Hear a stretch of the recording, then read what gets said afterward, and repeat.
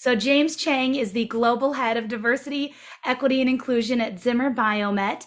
Prior to Zimmer Biomet, James held global roles at Gilead Sciences and Cargill. And currently he is responsible for the strategy, development, and growth of the diversity, equity, and inclusion to drive positive impact for the 23,000 team members in over 25 countries around the globe. And a couple of tidbits I wanted to share about James is that he was the second Minnesota recipient to receive the Outstanding 50 Asian Americans in Business Award by the Asian American Business Development Center in 2018. And he's also a veteran of the United States Air Force National Guard. So thank you, James, for your service. And right now, I'm going to hand the mic over to you to kick off your keynote, which is titled Critical Leadership, the Role of DE&I as a Strategic Business Partner Across the Enterprise. All right, James, take it away. Thank you for having me. Again, it's a pleasure to be here. And again, thank you so much for the warm welcome. So as you mentioned, our discussion today is going to be around the role of DEI as a strategic business partner across the enterprise. As mentioned, as I was listening from the previous session, it ultimately boils down to inclusive leadership. And I kind of want to ground us on a quote that in my organization right now, we're literally utilizing quite a bit. So inclusive leadership is not a destination. It's a journey that requires humility, curiosity, and courage. So with this, I want to emphasize the conversation of inclusive leadership, right? It is not HR leadership. It's not DEI leadership. It's leadership as a whole. And it's not a one-shot thing. And you've heard it throughout the sessions today. It requires the organization. It requires action. It requires everyone to be involved. And to be realistic, it is not a silver bullet solution. There is no one-stop shop. So that's something that I completely support and understand and agree to when it comes to everyone that's spoken today. So with that, I kind of want to dive in a little bit as we talk about how does this weave across the organization and how does it impact? So at Zimmer Biomet, our strategy was a little bit different than some organizations in the sense of where it started. So when we started this journey, again, like many organizations, it may have been tucked under HR, or it was a very HR-focused concept. And that was one of the things that as I came into organization, it required a little bit of rethinking. And when we talk about the organization, how we're planning on moving it forward, and how do we make sure that DEI doesn't just become a silo by itself or just becomes another HR initiative. Well, when I created the strategy, I focused on what is the organization focused on. So with that, it led to these foundational pillars that guides our strategy overall. So as you all know, when it comes to this work, it's ultimately about the people. So in our organization, we call them team members. So these are team members and the focus around team member and the talent that they bring.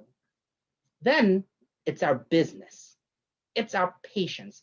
Our patients are our core to our business. So closing that health disparities and driving innovation through DEI is a critical point to the business. And that may mean how we show up. That could be marketing, that could be financial revenue driving through sales, whatever it may be. But ultimately, is how do we alleviate pain when it comes to our patients? So that is our business for Zimmer Biomet. Then it's our communities. So when we think about our individual patients versus our overall communities that we serve, that's a whole nother thing. Because people have to understand when it comes to what is experienced by the individual may be different than different communities overall. So having a focus and creating support programs that promote fairness, equity, and respect for all communities, because again, no one community is more or less than any other. So that's another part of our focus. But last but not least, and this is where it becomes challenging for some organizations as they think about how does it get weaved across organization and outside the organization, aside from our public relations or community relations or otherwise. That's where partners come into play. How you drive DEI through your suppliers, through your vendors, through where you source is critical, because that's are the extension of your organization. Also, those who either lives the values that you establish in the organization.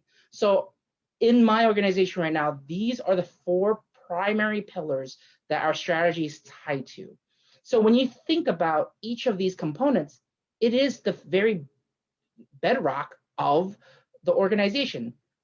All the work that we do, it is not just limited to HR. It's not limited to your community relations or philanthropy. It is truly across every facet of the business, one way or another.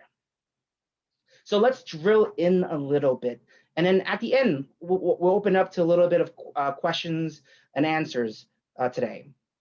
So when I dive into team members, which is our talent piece, this is where DEI becomes very, very, very into the weeds.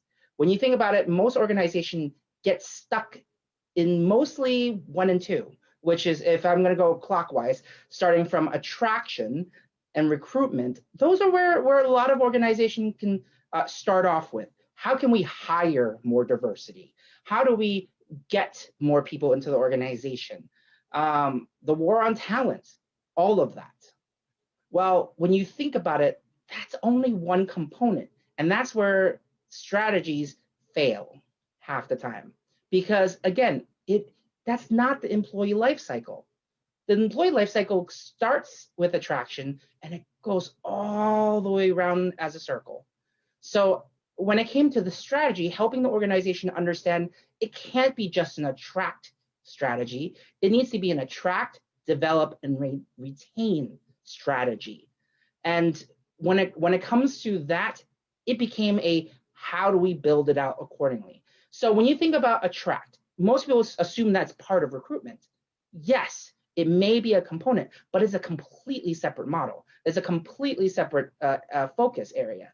So when you think about the front end of the talent acquisition funnel, is what before a person even looks at your organization is how you show up. That's before a job posting happens, before there's interviews, before any of that is what is your brand? How is it inclusive? How does it show that your organization is there? And that goes from your overall EVP. Do you have a robust EVP strategy?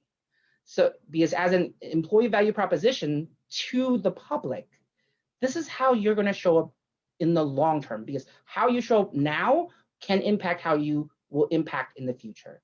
So where you source, how you source, what is your marketing and advertising when it comes to your organization?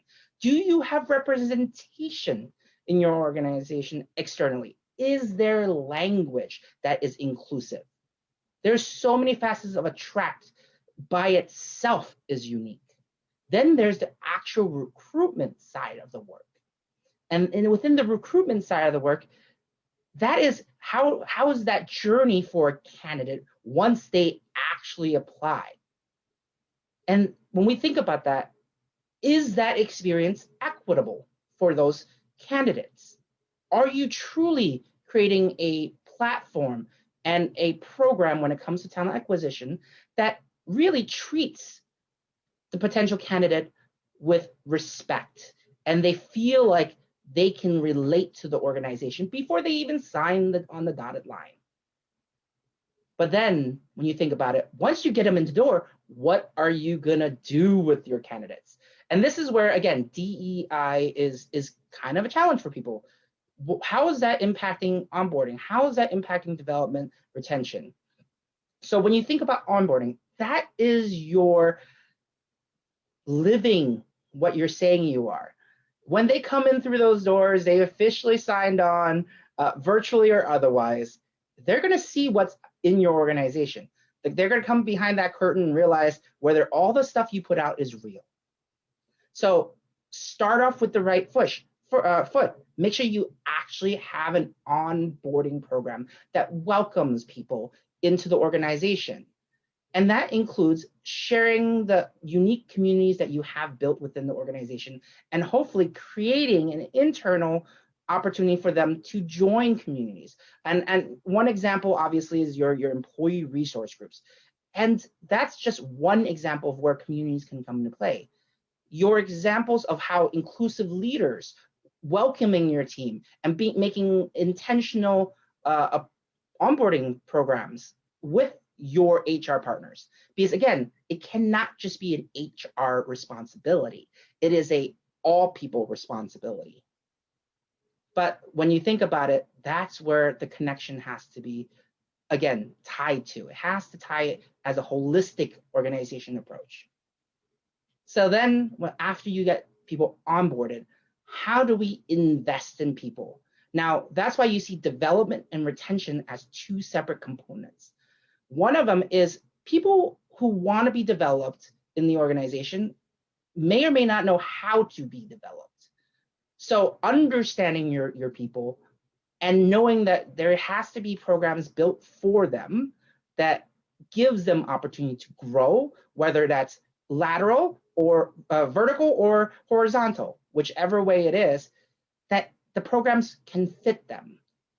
One of the things that I tend to use this statement in most of my sessions with my teams is the platinum rule. We hear about the golden rule, which is treat others how you want to be treated. But in reality, it's really about the platinum rule. How do you treat people how they want to be treated? That includes how we build programs, how we build development opportunities. Is it built in a way that's flexible for people so they can be adapted and be able to fit their needs? So when you think about learning curriculums, is it truly inclusive when you build your development programs? Is it designed for, let's say, people who are introverted versus extroverted? Is there uniqueness when it comes to visual learning versus audio learning, tactile learning? Is there things that are designed to all the differences that people need when it comes to development? Then that's separate than retention. Retention is your engagement. It's how your leaders show up. That inclusive leadership behaviors that creates that psychological safety, that environment of belonging and welcome. That's the retention piece, separate than development. You can create the most amazing development program, but if you have leaders that run your team away, it's still not going to help. And then the last part, and this is where it tends to fall off for many organizations, is when people separate from the organization. They're not your enemy. They could be your biggest advocates in an organization. I will tell you to this day, when the organizations I've been in, Best Buy, Cargill, Gilead Sciences, all those organizations gave me amazing experiences that I will always advocate for them, even in my new role. I will still say great things about them because I had the amazing experience throughout the whole entire employee life cycle with each of those organizations. Those are the people, when they leave, is what they're going to do afterwards is important. So when you think about the DEI strategy, it's the fundamental of how do we treat others the way they want to be treated along the whole entire journey, and how will they remember us? And do you have a system in place that's going to make that sustainable? And then is the behaviors and the actions of those who lead, who creates the environment, truly driving this in every facet of the employee life cycle? So with that, we go into the business a little bit. So when you think about business, and you see on the bottom where I highlight weaving diversity, equity, and inclusion across your business, right? Ultimately, diversity is your people. Equity is the sustainability of whatever you built. That whether that is principles, practices, policies, whatever, that is your sustainability. And then ultimately, your inclusion is your practice, is your behaviors, is what you do. So from a business perspective, is there a game plan? Number one, step one. What are you after? What are you doing? What is your goal? That is what businesses do. We want to hit revenue, we want to hit margin, we want to profit, whatever it may be from a business sense. But ultimately, it's all driven by people, foundationally. So when people always ask, how do you get leadership buy-in to support your efforts? First, I understand what my business leaders' game plans. I get to learn. I dive in. I try to join their business meetings. I don't talk about DEI in front of them. I listen to them and find out what keeps them up at night. And I build my plan. I create my game plan based upon their needs.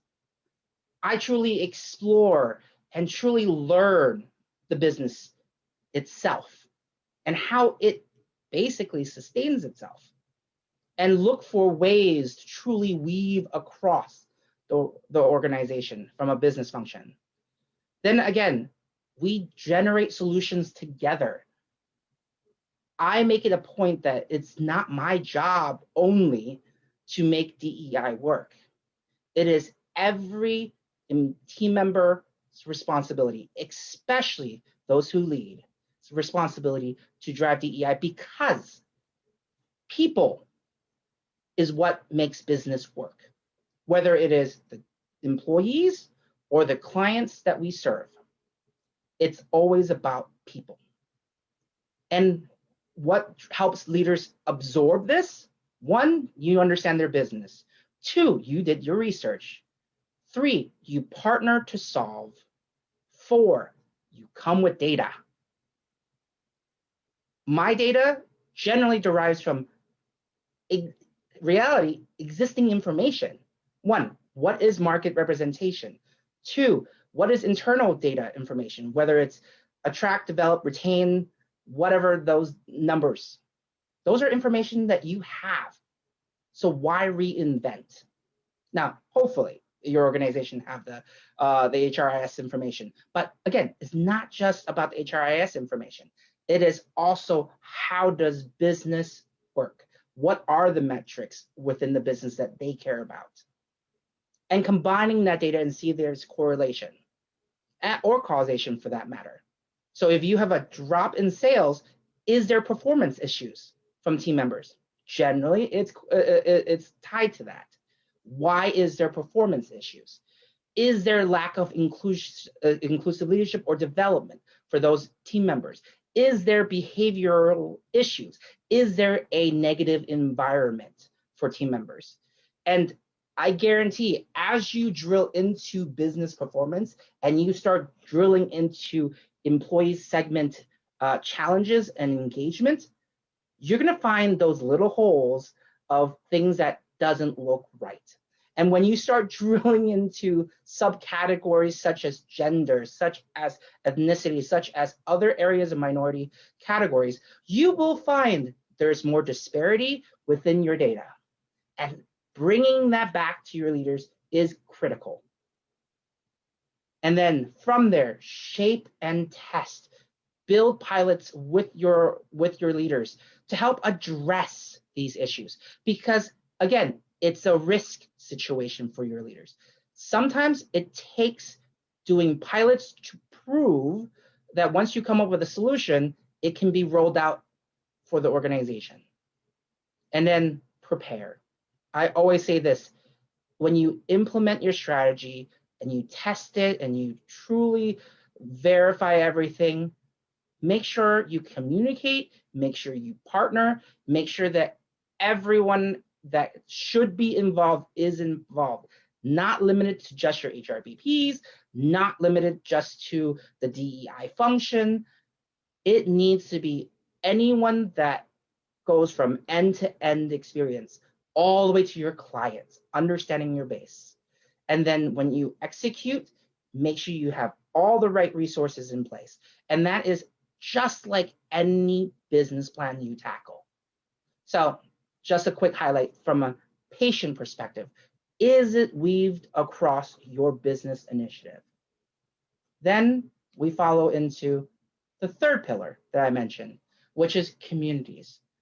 When we think about how we show up, this is your heart. This is your external heart of the work when it comes to DEI. Is it tied to your purpose? So for Zimmer Biomet, we're in the muscular skeletal space, and we're transforming into a technology-focused organization and truly helping alleviate pain for society through our equipment, what we deliver in our products. So ultimately, that's what our purpose is. And to do that, that's not limited to any specific community, but we have to make sure when we show up to those communities, we understand them. So aligning our purpose with the community and making sure that we communicate with community the way they want to be communicated with. So the style, the approach, the way we show up, whom we partner with, all matters when you show up for that. Then educating. Education is critical as much as communication. So when we show up to the communities, when they see our purpose, how, and we can match it up to what they care about as a community, then how do we grow together through education, through sharing, through helping? And ultimately, to drive to what ZB cares about is our health, our patient health. And how do we make sure that our efforts when supporting the community, whether it's philanthropic, whether that is in partnership of creation of programming, whether it is driving initiatives to help solve for health disparities, it is in partnership with communities as a whole. So that's where it truly is tying us directly with our communities we serve, which in turn ties to business, and then from there also tying to our team members. Last but not least is when we think about partners, when we think about who we are going to show up with. So if we're truly going to invest in our communities, we're going to need to foster a inclusive behavior both internally and externally, and expecting the same from those who supply our resources to us and to our patients. I say this to many people. When it comes to society as a whole, we only succeed if we support each other and we lift each other up. That includes positive economic impact. Minority businesses, small organizations, those who are growing, they will be our future in some way, shape, or form. And those are people who are in the communities. Those are the people who are representations of all the diversity we have out there. So truly considering who, where, and when we're getting our resources from is important. Remember, these are people who are, again, whether they're part of your own organization, those are networks and connections, and again, the foundation and fabric for our communities, these small business, mid-sized business, and overall. Understanding that helping suppliers develop and grow in the same space of DEI will also align to, at least for me, my organization, on what we're trying to drive, which is equity in society and social impact. And it all ties back. If you're helping if your strategy is helping drive customer expectations, because communities trust those who respect their communities, that will also help suppliers understand that this is all connected. And again, you grow the mid-size, the diverse suppliers, your all the other business units out there, we grow together. It helps connect the dots. And again, you show up externally as well as internally. So it has to be weaved across in all areas. So with that, I want to make sure I open it up for a little bit of Q&A with the team. So thank you everyone so far. If any questions, I'd love to take some questions at this point. Yes. Hi, James. I wanted to pop in. I actually have a question that popped in my head. And you had talked about um, holes that don't look right, disparity in data. And I just thought, do you happen to have any examples of where you guys had uncovered gaps in relation to diversity, equity, and inclusion, and where there was areas that were lacking, and kind of how did you uncover those gaps, and then what were like the next steps from there? So just looking to see if you had any examples to share where that was helpful. I'll use one of my previous ones. This one is a quite popular one actually. One of my organizations I work for, there was a concern about opening into other markets and communities.